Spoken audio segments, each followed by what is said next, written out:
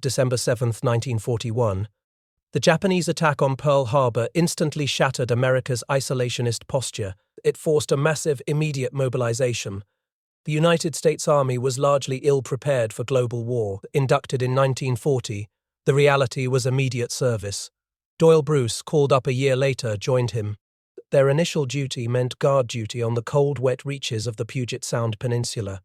They were soldiers of a nascent war machine. They were equipped with hand-me-down relics of a previous conflict. This gear included World War I-era Springfield rifles and wide-brimmed campaign hats. They had virtually no motorized transport to speak of. Their basic training at places like Camp Roberts, California, was quickly superseded. They faced the grim, primitive reality of barracks near Port Angeles. They patrolled the coastline there. They were waiting for an enemy that might never arrive. Yet, as 1942 dawned, the threat became agonizingly real. The rapid, brutal expansion of the Japanese Empire created genuine panic. Australia, in particular, feared imminent invasion. Allied command recognized the necessity of securing vital sea lanes. They needed to establish a forward defense shield. The critical decision was made to deploy the United States Army's 41st Infantry Division. This was the famous Sunset Division, exceeding 21,000 men. The division was a tapestry of American service.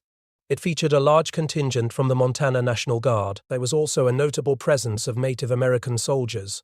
All were bound for the Southwest Pacific area under General Douglas MacArthur. On March 19, 1942, the division began its overseas deployment.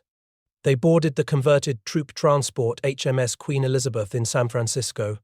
The ship's former life as a transatlantic luxury liner stood in stark contrast to its new utilitarian role. For 18 days, the soldiers endured a cruel journey. This was a severe test of endurance before combat even began. Below deck, the air was increasingly hot, fetid, and unsanitary. Sleeping quarters consisted of cramped cots, stacked 3 or 4 high. The meals were of questionable quality. Many sought refuge above deck, staring out at the monotonous expanse of the Pacific. This rapid, chaotic transition from civilian life symbolized the speed of American mobilization. The 163rd Regiment, which included Company G, arrived in Sydney on April 6, 1942. However, the destination was quickly rerouted to Melbourne. This initiated a series of logistical hurdles. The transfer to smaller Dutch vessels was a chaotic process. It was exacerbated by a Javanese crew strike. American soldiers were forced to temporarily act as longshoremen just to unload their own gear. The initial welcome in Melbourne was warm. Cheering Australians greeted the troops. The subsequent move to a makeshift camp at Seymour was anything but comfortable. The camp was defined by tents pitched on challenging terrain of rocks and sparse grass. The conditions were cold and wet. Food was meagre and often poor. They ate mutton stew and coffee brewed in old oil drums. Bread arrived unwrapped in the same trucks that hauled garbage. Despite the hardships, the soldiers found moments of respite and humanity. During their time in Melbourne, men like Doyle Bruce, Jack Anderson, and Bruce Baird were granted passes. They found a temporary country club atmosphere in the city. They developed relationships with local women. This sometimes caused friction with Australian men. Company G was even unexpectedly assigned to work the docks. A tedious duty ironically afforded them greater freedom and access to the city. The division's movement across the continent was an exercise in inefficiency. An arduous 400-mile train journey to Rockhampton was plagued by multiple train gauge changes. This led to the collective sense that the division crawled across the continent. The climate shifted dramatically, becoming hot and dry. The hair, the focus of training, sharpened considerably. The men traded their World War I-era Springfield rifles for the new, superior M1 Garands. They were issued steel helmets. They finally shed the last vestiges of the previous war. Yet, not all new gear was an improvement. The Army Zoot suit, a one-piece camouflage uniform, proved stiflingly hot. It trapped sweat and was notoriously inconvenient for basic necessities. As the proximity to Japanese advances increased, general conditioning gave way to intensive jungle and amphibious warfare techniques. Company G took on coastal patrols near Rockhampton. They bathed in the ocean and interacted with indigenous communities. Later, they served as the first line of defense near Gladstone against potential Japanese submarine activity. This period forged deep connections among the men. Bruce formed a relationship with June Connellan and her family. Anderson connected with Dorothy Henderson.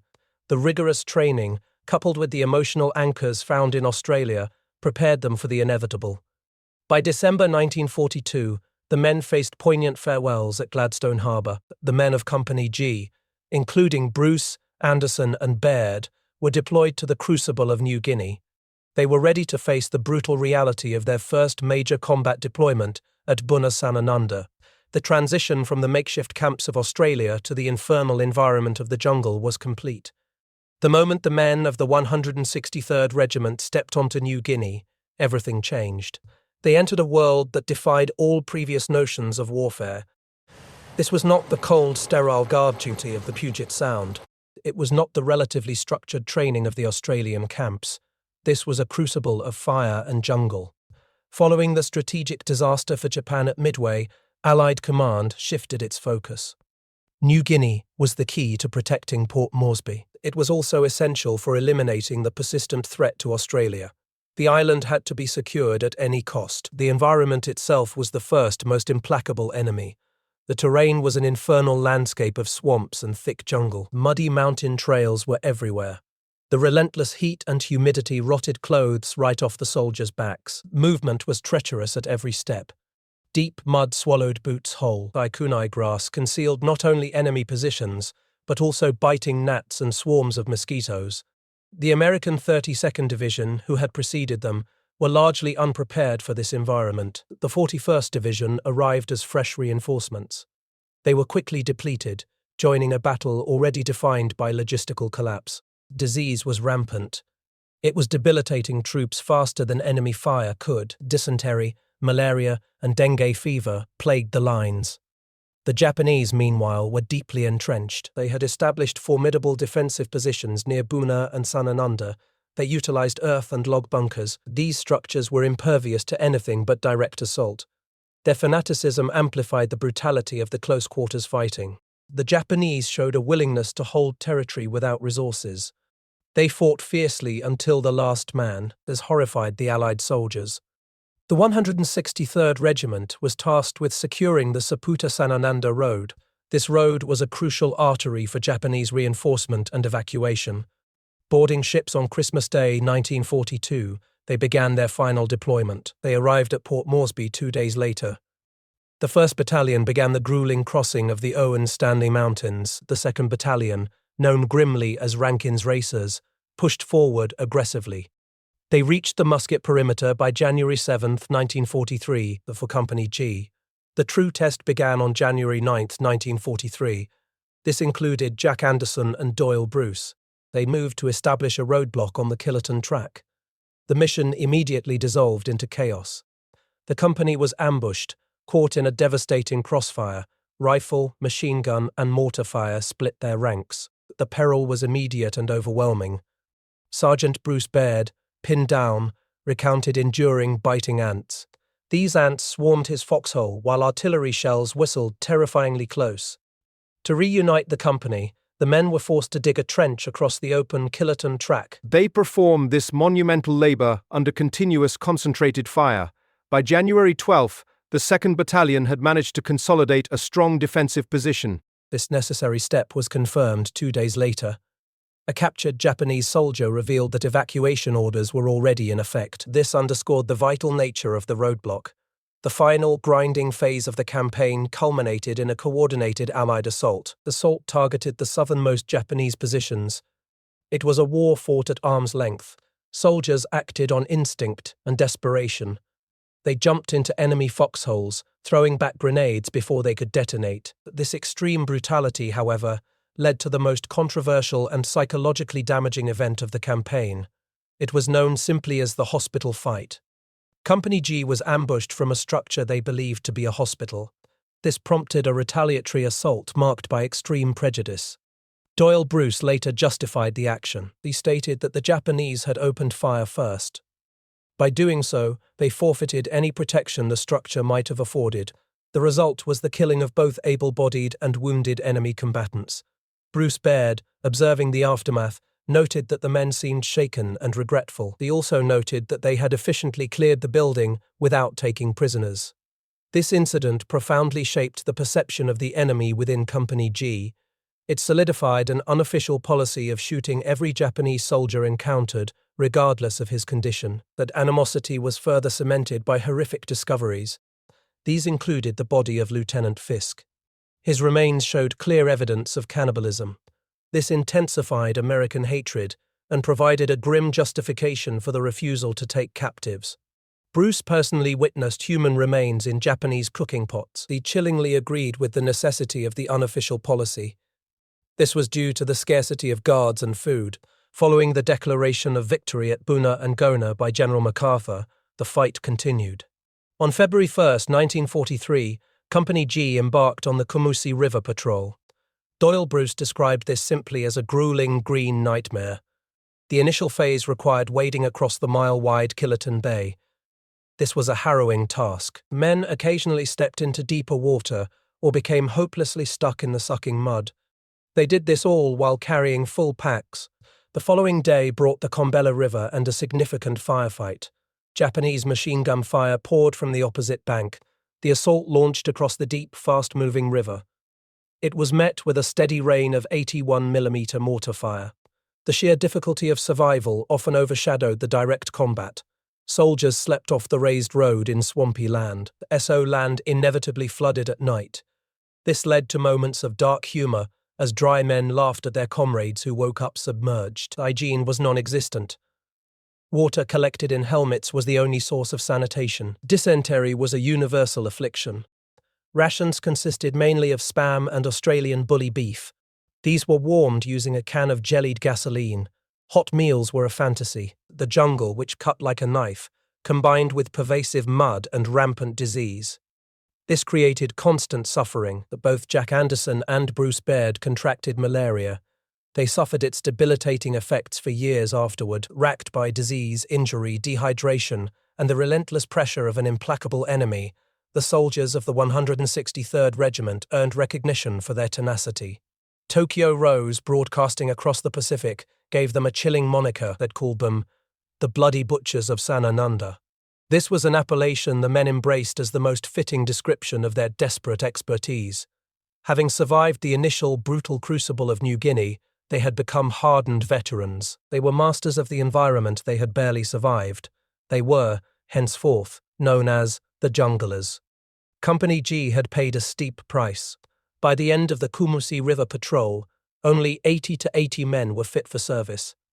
This was a reduction of almost 3/4 of their strength in just over a month. They were relieved on Valentine's Day, February 14, 1943. They headed back to the slim promise of rest and the long, difficult process of rebuilding. The costly, grinding victory in New Guinea taught General Douglas MacArthur a definitive lesson, that the Pacific War could not be won through direct, bloody attrition against every Japanese stronghold. By early 1944, he initiated Operation Cartwheel. The Hare was a strategic shift toward amphibious leapfrogging. The goal was to isolate major Japanese bases, such as the formidable fortress at Rabaul. This was done by seizing key airfields and logistics points in northern New Guinea that utilized superior American logistical power and deception to bypass the enemy's prepared defenses. The shift was visible in the very equipment of war. Gone were the converted luxury liners. New Liberty ships and a variety of purpose-built landing craft now enabled large-scale, coordinated amphibious assaults. The soldiers like Jack Anderson, still serving with Company G of the 163rd Regiment, observed this transformation firsthand. He noted the abundance of new weapons and supplies. This stood in stark contrast to the World War I-era gear of their initial induction. The first major operations in this new strategy were the landings at Hollandia and Aitape. These were triumphs of strategic planning. MacArthur's forces, including the Reckless Task Force, executed a brilliant deception campaign. This convinced the Japanese to reinforce the heavily fortified base at Biak. Consequently, the 163rd Regiment's Persecution Task Force landed at Aitape on April 22, 1944. They encountered unexpectedly light initial resistance. Yet even in the relative calm, the psychological burden of waiting for combat was immense. The advance toward the Wakdi operation was preceded by a period the men grimly referred to as the War of Nerves at Toem. The constant, intense anticipation of contact frayed the edges of their sanity. This strain erupted dramatically during the confused Battle of Raihu River. Jumpy GIs mistook the scuttling movements of sand crabs for infiltrating enemy forces. They opened fire in a tense, but ultimately mistaken, engagement. The true cost of the leapfrogging strategy was revealed not at the bypassed strongholds. It was revealed in the subsequent island battles for objectives deemed essential for the push toward the Philippines. The campaigns for Wakday and Biak proved that American intelligence consistently underestimated two things. They underestimated the size of the Japanese garrisons and their engineering prowess. Wakday, initially thought to be lightly defended, was targeted for annihilation. After 10 days of aerial surveillance, the landing seemed a certainty, and this was followed by a near 24-hour sustained bombardment by 36 bombers and long-range destroyers. But the Japanese had constructed extensive defensive positions. They utilized deep coral caves and bunkers. These structures shrugged off the massive shelling. The landing itself, carried out in 6 waves of landing craft, LCMs, was immediate chaos. Landing craft were improperly balanced, plunging wildly. The initial, surprise hail of machine gun and mortar fire was lethal. The coxswain and 2 crew members were killed instantly. One GI suffered a bullet wound to the mouth before he even touched the beach. Relief arrived in the form of 3 Sherman tanks. The first tank disappeared immediately in the surf, a grim symbol of initial setbacks. The 2 remaining tanks made it to the beach and engaged the enemy. The Japanese defense was desperate and fanatical. One soldier charged directly at a tank, firing his rifle down its muzzle in a futile, final gesture. Though the tanks helped clear the low ridges and the airstrip, the beachhead quickly became a crowded, bloody mess. The fighting devolved into clearing entrenched positions one by one. The Japanese fought from coral caves that were impervious to tank weapons. This necessitated the brutal use of flamethrowers to incinerate the defenders within. The island was secured at a cost of 20 American lives. The Japanese garrison was virtually annihilated, with 803 of the 804 military personnel killed. The battle for Biak, launched shortly thereafter, was exponentially worse. General MacArthur's urgency to seize Biak's airfields for the Philippines offensive ran headlong into an unforgiving environment and a massive intelligence failure. The island's terrain was a nightmare of near-vertical coral cliffs and ridges. These ridges looked like saw teeth stacked row upon row, making them perfectly suited for defense. Allied intelligence had estimated only 6,000 defenders. In reality, there were twice that number. The Hurricane Task Force launched its assault after a brief naval bombardment. Landing craft, confused by smoke and currents, missed the landing zone by 2 miles. The 162nd Regiment immediately ran into heavy resistance in a narrow defile near Parai. This required tanks to be rushed forward from the beachhead to dislodge the enemy. The fighting was so fierce that on the second day, a Japanese counterattack split the 162nd Battalion. This forced landing craft to make desperate dashes under fire to resupply and evacuate the wounded. The third day brought the first tank-on-tank fight of the Pacific War. It was a brief, brutal affair where Japanese tanks rushed forward in single file. They were quickly destroyed by American armor. The intensity of the defense was so overwhelming that men technically not in combat roles were forced to pick up rifles and fight for their lives. These men included motor pool drivers and engineers. When the 163rd 2nd Battalion landed on June 11th, they were immediately thrown into the fray. The true epicenter of the brutality was the struggle for the Ibdi Pocket and the infamous sumps. The sumps were a network of interconnected Japanese caves used for shelter and prolonged resistance. These fortifications were so deep and complex that conventional assaults proved useless. This resulted in staggering American casualties. Frustrated GIs resorted to the most desperate measures. They poured gasoline through fissures in the coral and ignited it. This set off explosions deep underground, yet still, the Japanese survivors emerged to fight on. The psychological toll became unbearable. Sergeant Jack Anderson, leading patrols in the ridges, experienced a terrifying near-fatal mistake. He mistook a white phosphorus grenade for a smoke grenade. The grenade miraculously failed to detonate. The incident highlighted the sheer, random luck required for survival in such close-quarters combat. The campaign culminated in prolonged bloody assaults on the Ibidi Pocket. For the men of Company G, the fighting was characterized by death and profound loss. Sergeant Otis Bellin, who had shared a premonition of his death with Doyle Bruce, was killed by a sniper's round during a patrol. This loss shook Bruce deeply. Argis Westerfield, wounded by shrapnel from mortar rounds, participated in an arduous, life-threatening task. He helped rescue an injured comrade, thus required navigating steep, narrow trails under fire. The unforgiving nature of Biak, with its lack of water and omnipresent hidden enemy, left lasting scars. The campaign was eventually won. It was won only through relentless shelling and the slow, costly process of clearing the East Caves by July 4, 1944. Biak secured the vital air bases needed for the Philippines offensive, but for the soldiers of the 41st Division, it became their definitive, most brutal combat experience. It was a stark reminder that MacArthur's strategic genius did not always translate into low casualties on the ground. The Jungliers had overcome the Coral Fortress. Many men, like Bruce Baird, who was rotated home due to illness, carried physical and mental wounds that would last long after the final shot was fired. The liberation of the Philippines, General MacArthur's ultimate objective, began with an uneasy calm. That calm quickly dissolved into the Pacific War's characteristic brutality. The Zamboanga offensive followed the initial unopposed landing of the 186th Regiment on Palawan. This presented soldiers like Jack Anderson with the strange novelty of fighting in Puerto Princesa. Puerto Princesa was a city with paved streets and established amenities. But this veneer of civilization was swiftly shattered. The Japanese had long since abandoned coastal defense for deep interior fortifications. They ensured that the true fight would be inland, costly, and ugly. The psychological warfare began immediately with the discovery of an unspeakable atrocity on Palawan.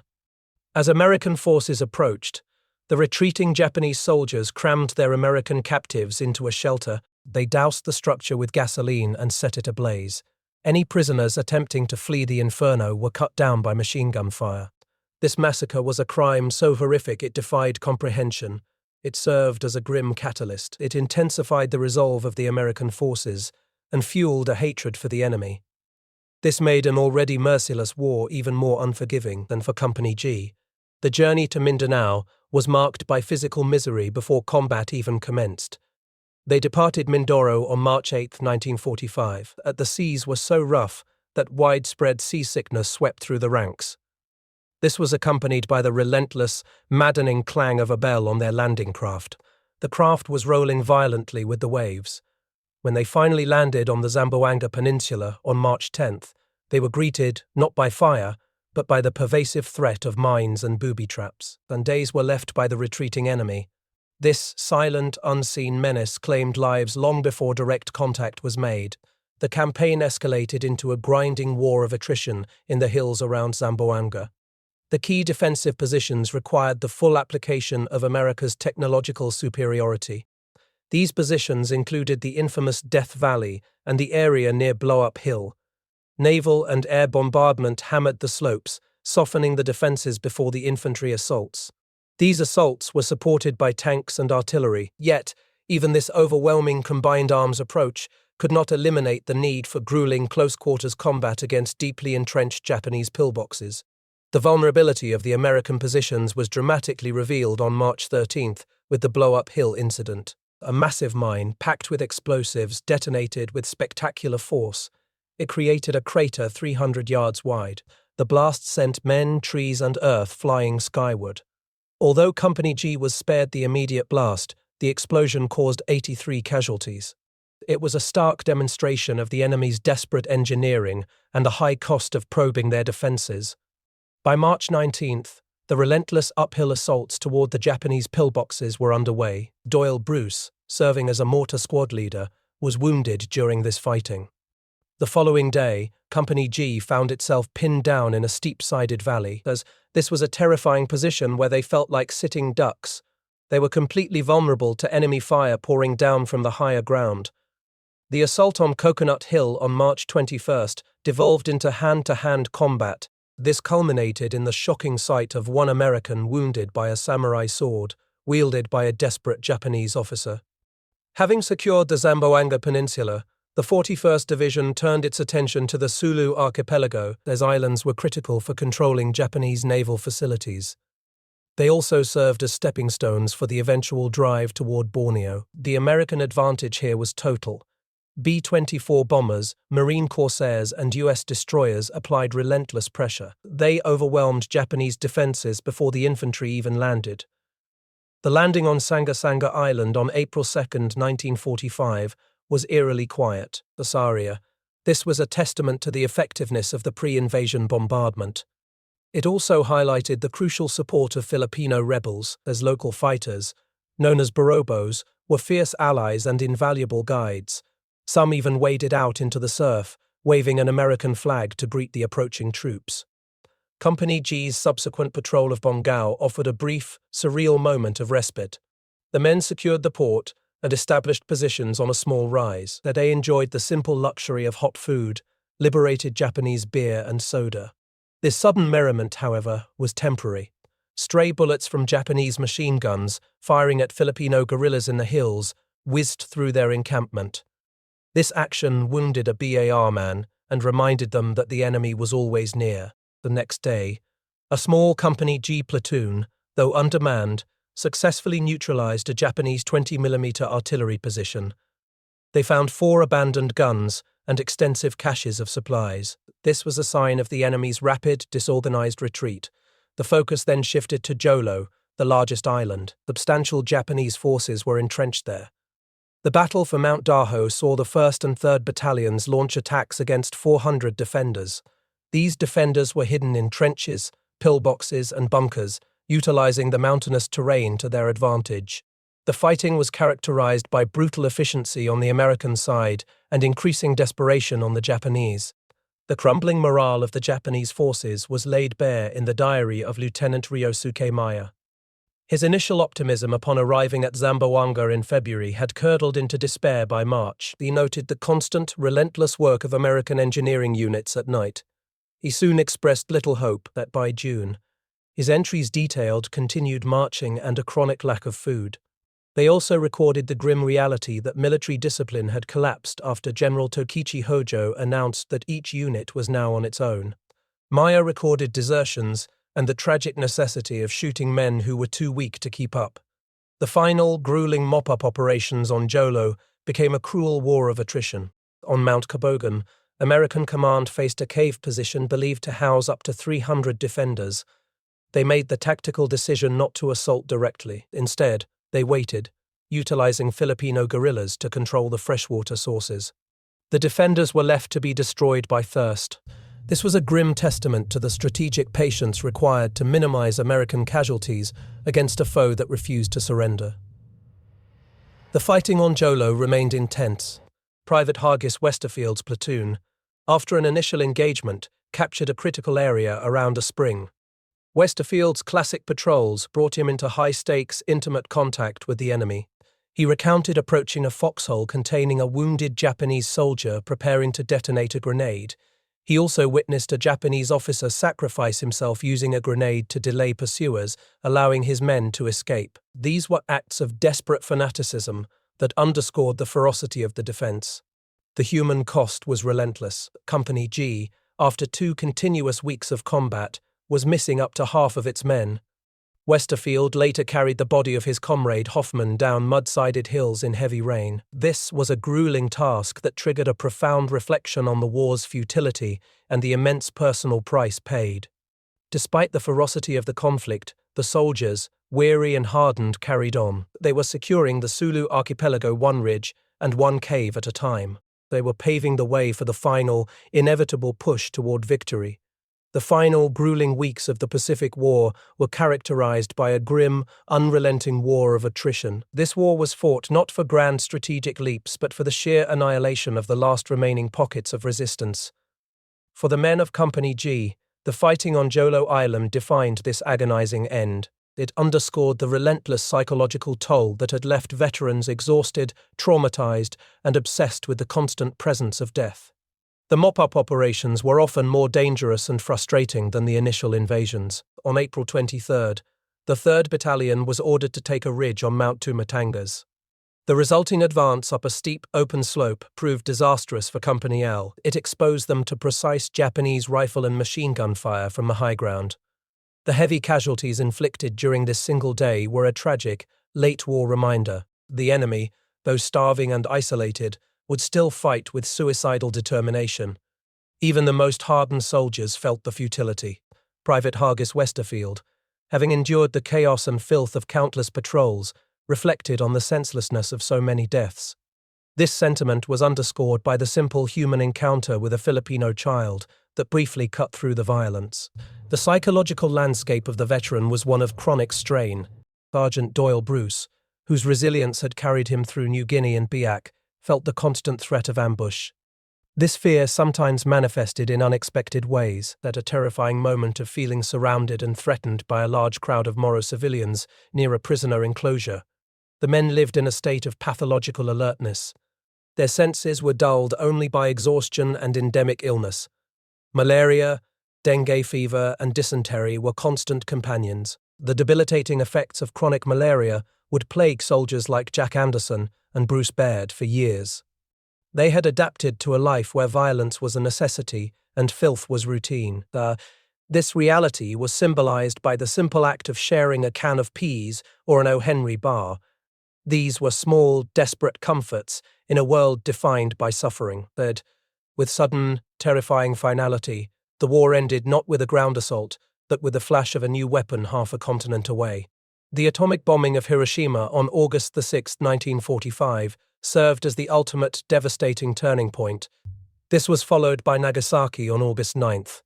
The Japanese government indicated its willingness to surrender on August 15th. This halted the seemingly endless cycle of patrol, ambush, and assault. The men of the 41st Division, who had known nothing but the jungle's suffocating closeness, were now confronted with the ultimate horror of modern warfare. The few who would eventually see the wreckage of the bombed cities bore witness to images that defied comprehension. They saw the twisted, skeletal frames of remaining buildings. They witnessed the haunting shadows of vaporized people imprinted on the concrete. These scenes symbolized the war's final, cataclysmic cost. The focus shifted instantly from combat to occupation. General MacArthur detailed Army of Occupation Forces, September 45. The 41st Division was deployed to Japan. They were facing a new set of challenges that traded enemy bullets for logistical and cultural complexity. Lieutenant Jack Anderson found himself navigating the bizarre realities of a conquered nation. The soldiers were tasked with dealing with unsanitary barracks infested with fleas. They also faced the logistical nightmare of disposing of chemical weapons. This disposal was accomplished by the crude and dangerous method of dumping them into the ocean. Wartime propaganda had depicted Americans as monsters. Despite this, the occupation began with the full cooperation of Japanese government and military officials. The American soldiers found themselves in the surreal position of aiding a population that was near starving. The 41st Division oversaw the demobilization of almost 18,000 Japanese soldiers. This process occurred between October and December of 1945. They ensured the transition from enemy combatant to civilian was orderly. The initial interactions were marked by fear and suspicion from the Japanese populace. Gradually, however, cooperation replaced animosity. This revealed a nuanced human reality, far removed from the propaganda posters. The official end came swiftly for the division. On December 31, 1945, the 41st Division was officially deactivated. This action symbolized the formal conclusion of their combat role that had been intended to civilian life, was often a quiet and disorienting process. Sergeant Doyle Edward Bruce received his honorable discharge on June 15, 1945. He was a decorated veteran returning home to a world that seemed incapable of understanding the crucible he had survived. The contrast between their harrowing, violent achievements and the understated return was immense. Some veterans found temporary solace in drinking heavily on the long train ride home. Others participated in peculiar army fitness tests. These were small, absurd rituals that marked the transition back to normalcy. The legacy of the 41st Division, the Sunset Division, and its junglers remains critical. Yet, this legacy is often an overshadowed component of the Pacific victory. While the Marine Corps rightfully claimed the iconic island battles, the U.S. Army infantry divisions endured the brutal fighting that included the 41st and the 32nd Divisions. they faced the months-long logistical nightmare of New Guinea. They also fought the protracted, costly campaigns in the Philippines and the Sulu archipelago. Their experiences involved grinding cruelty. They endured the constant battle against nature. They suffered the psychological toll of learning to function where violence had become a virtue.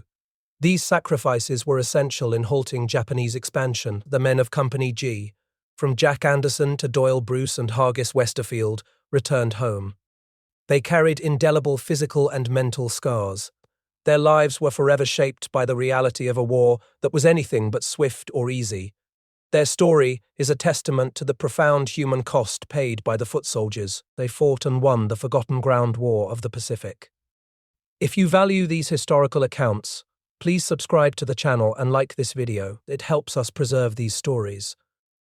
And please share your own memories or thoughts in the comments below.